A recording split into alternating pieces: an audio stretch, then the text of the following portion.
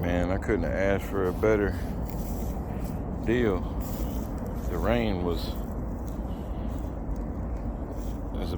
a day early, a day or two early. But that's, let's see if you can see that. I can't really see it. It's too much light. See that dark spot right there in the middle of that keyhole looking beam, like where that point right there. Now look at that. See it's dark right there? That's all the good stuff settled out. But when you knock over those, clog it up like that, make the clogs in there. See that hole right there? Man, I don't know if y'all see that. Do it during the light. But it makes cavities inside there. I think that's what he was doing. Was he would come out, in the winter time, about this time, late winter or whatever, early spring, and he'd make them clogs like that. He was a sharecropper. He'd make those clogs, and then the rain get on it, and then whenever you plant, it's just like real puffy, and it made cavities in there, and you would see all that like what they call it, microflora or something like that, stuff that grows in the ground. It makes your plants grow. Spearco knows all about that stuff. I don't know all the technical stuff. I'm just going off of what Granddaddy did. So, but you notice those dark spots in there. It may be better without the light.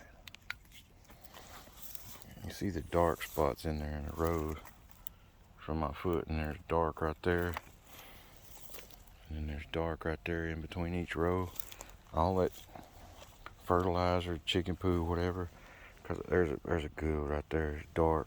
Man, that stuff you'll notice too, like when the sun starts hitting it and it's getting a good good sun time on it, the edges of this black will be green. There'll be like a little algae or whatever, and all your stuff goes in there, and it doesn't make it too hot in here where you're going to plant your plants.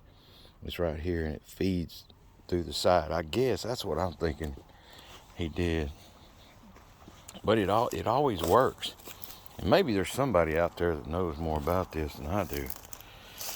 May know what he's doing. But this, man, my granddad was like a real time sharecropper over in Louisiana. Lived in a shotgun house on the side of a huge cotton field and soybeans and stuff, and then he grew all the food for Ma and them, and we call him Ma and Pa. And it's just that was my great granddaddy, and my granddaddy always had a awesome garden too, and he used more modern stuff, but Pa, he used a hoe, and he just says you can't get the clogs like this with the tiller.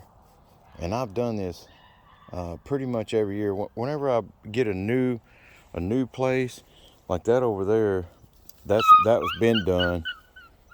Quit being ugly, them babies. Come here, Blue. Anyway, that part over there where Blue's at, that was been done. This was new this past year, and it didn't produce very good at all.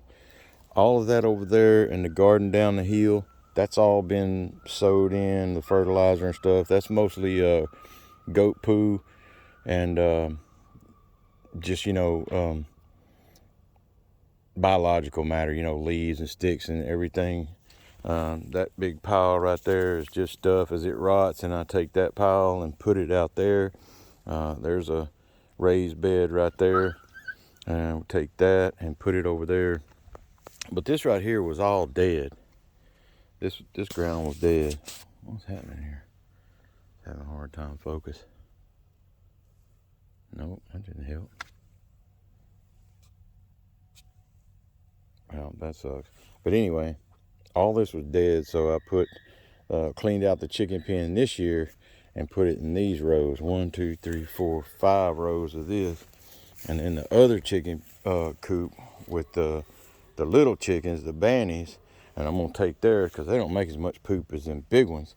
So I'm going to put the banny poop in here. So hopefully we'll see this year. We'll see what happens, because this over here just was sad. Them peas didn't make but probably maybe 8 or 10 pods, where these over here was all just huge and flourish. And I mean, they were up well above my knees. These were up to about my knee, a little past my knee. These green beans were all rolled over because that was good dirt right there, and it's bottom feed with water. It's like a field line, comes from over here and then comes under here, so it gets 1, 2, 3, 4, 5, 6 rows, and then you got to do a little water in there and then some over here. But this was all dead dirt where they came up here on this top and pushed all the topsoil off. And so all the topsoil is down there and on that side. So I got to make new soil right here. And that's what we're doing. And we'll see what it looks like this year. I should have some. These were all below the knee. They were about sock height or boot height. They didn't do much. And like eight or so pods on each one of the peas. They didn't do good at all. So we're going to see how it goes this year. Now stake it out and see how everything's working with what you put in it. And then, do it like a control. Mark it out. So I know that these, I've got it on the map in there. I got all these right here. These 5, 6, 7, 8 rows right here. We're going to see how they do as compared to last year. I take before and after pictures and all that stuff. And this down here is getting ready to, I'll burn it off. And then we'll get to doing that one. I've got some mulch and stuff. Like I said, all this, I can't hardly see.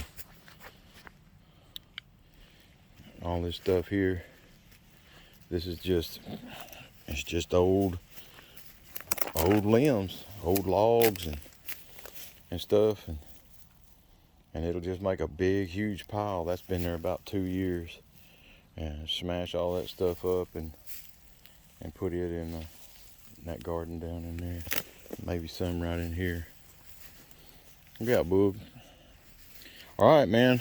I'll get back with y'all. We'll come out here tomorrow and I'll do some more. So I can't see Jack right now.